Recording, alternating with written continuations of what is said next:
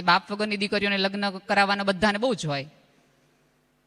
સારી વાત છે કે તમે લગ્ન કરાવી દો, પણ બાપ વગરની દીકરીને પીએચડી કરાવવાનો કેમ તમને વિચાર ન થાવતો? એકલો પાનેતર લઈ દેવાનો જ વિચાર આવે?